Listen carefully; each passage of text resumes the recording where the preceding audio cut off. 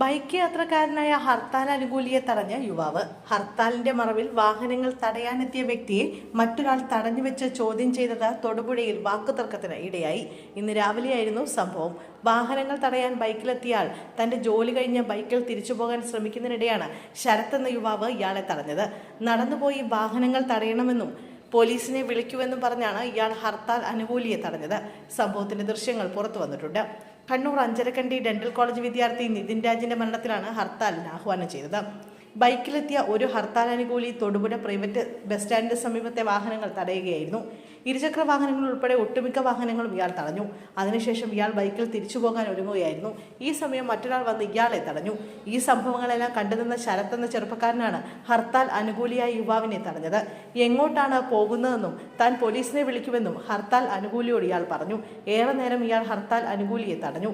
പിന്നാലെ എത്തിയ പോലീസിനോട് നടന്നുപോയി വാഹനങ്ങൾ തടഞ്ഞാൽ പ്രശ്നമില്ലെന്ന് ഇയാൾ ആവർത്തിച്ചു. സംഭവത്തിന്റെ ദൃശ്യങ്ങൾ പുറത്തു വന്നിട്ടുണ്ട്. ഹർത്താൽ അനുകൂലിയുടെ വാഹനം തടഞ്ഞുകൊണ്ട് ശരത്ത് രൂക്ഷമായി പ്രതികരിക്കുന്നത് വീഡിയോയിൽ കാണാം. അതേസമയം തന്നെ ചോദ്യം ചെയ്യാതെ അറസ്റ്റ് ചെയ്യണമെന്ന ആവശ്യം സമര അനുകൂലിയും മുന്നോട്ട് വെച്ചു. എന്നാൽ ഇതിന് പോലീസ് തയ്യാറായില്ല. വിവിധ ദളിത് സംഘടനകളും നിതിൻ രാജ് ആക്ഷൻ കൗൺസിലും ആഹ്വാനം ചെയ്തിരിക്കുന്ന ഹർത്താൽ രാവിലെ 6 മണി മുതൽ വൈകിട്ട് 6 മണി വരെയാണ്. നിതിൻ രാജിന്റെ മരണത്തിലെ ദുരൂഹത നീക്കുക, ഉത്തരവാദികളുടെ പേരിൽ കൊലക്കുറ്റത്തിന് കേസെടുക്കാതെ തുടങ്ങിയ ആവശ്യങ്ങൾ ഉന്നയിച്ച് ആഹ്വാനം ചെയ്തിട്ടുള്ള ഹർത്താലിൽ നിന്ന് അവശ്യ സേവനങ്ങളെയും തൃശൂർ വെടിക്കെട്ടപകടം നടന്ന പ്രദേശവും ഒഴിവാക്കിയിട്ടുണ്ട്.